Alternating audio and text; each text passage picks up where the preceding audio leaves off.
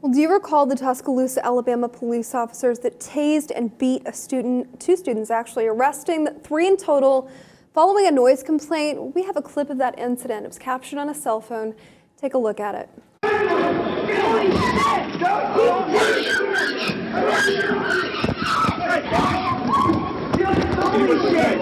Calm down, okay? Oh, we're fine. We're fine. I don't know what to tell you. Shut your fucking mouth! Well, that happened 3 months ago, and the department, now they've announced no disciplinary action is going to be taken against those involved, those police officers.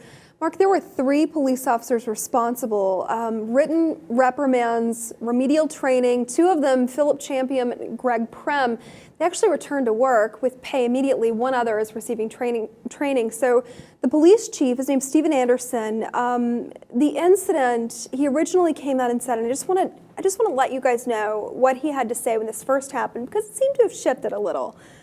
He says, for me personally, when we have a situation like this, I take it personally. I wonder, as a leader, have I failed my department in some way? Have I provided adequate training?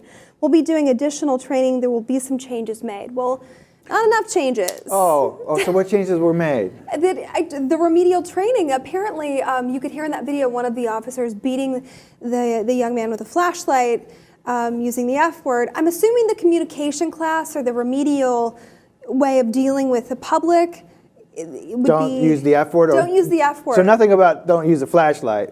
I'm assuming that because of the remedial training and the communication course that he alludes to, I'm thinking that the flashlight wasn't a problem. Okay, so let's remind the viewers that the incident took place.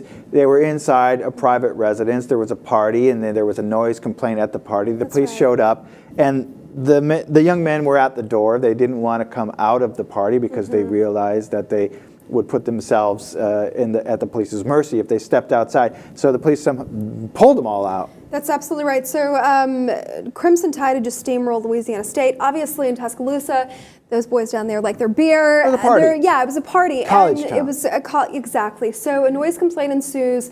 And these college guys, they answer the door, and they apparently know that they're well within their right not to go outside, which is something that the police chief actually alludes to in one of his statements, that he didn't think that they weren't in violation of any law, saying that we're not going outside. The police officer then realizes, you know what, this might be bad if I tase them inside their own house. So he grabs one by the hand, threatens to break his fingers off if he doesn't come outside with him, eventually pulls the young man outside and then tases him. But he's fine. You know, job security, if you ever want a job security in this country, police officer looks like the way to go, because there is nothing that you can't do that's going to make you lose your job. Very rarely will the other officers turn against you. You have to do something blatant, like rape a bunch of people. Right. But in this case, everybody's the thin blue line, and they're all protecting each other. Now, what is this remedial training? If you want to try to figure out a way to trick people into coming out without yanking on them, or what is the training? I think that in researching to come talk to you, I think it's de-escalation techniques. So instead, well, yeah. It's amazing, because it's not the young men who needed the de-escalation techniques. It's the cops themselves, like, whoa, chill out here. We need to de-escalate this shit. Like the young men were trying to de-escalate.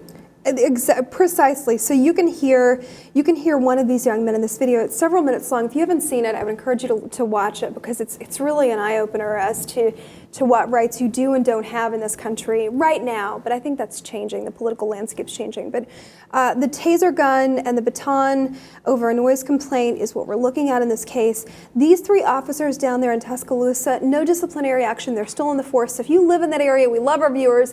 Be wary of these 3, because they're still walking around holding those batons and tasers. But the good news is at least one of them has had remedial training.